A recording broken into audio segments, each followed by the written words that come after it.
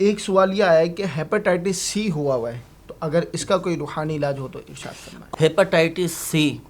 پیلیا جسے یرقان بھی کہتے ہیں، کالا یرقان ہو جاتا ہے،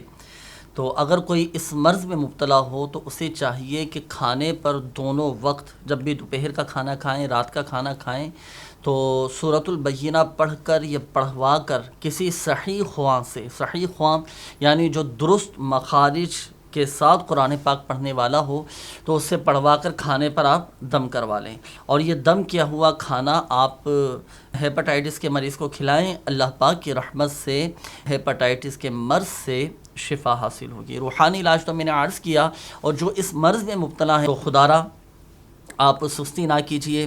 اور لاپرواہی کا مظاہرہ نہ کیجیے، اپنے ڈاکٹر سے بھی رجوع کیجیے، اور روحانی علاج کے بستوں سے آپ اس کے تعویذات عطاریہ بھی حاصل کیجیے۔ الحمدللہ عز و جل روحانی علاج کے بستوں پر اس کا باقاعدہ مکمل ایک علاج، ایک اتارے کا سلسلہ ہوتا ہے پیلیے کا، اور اس کے تعویذات بھی ہوتے ہیں، تو آپ وہ ضرور حاصل کیجیے گا، انشاءاللہ عز و جل اس مرض سے شفا حاصل ہوگی۔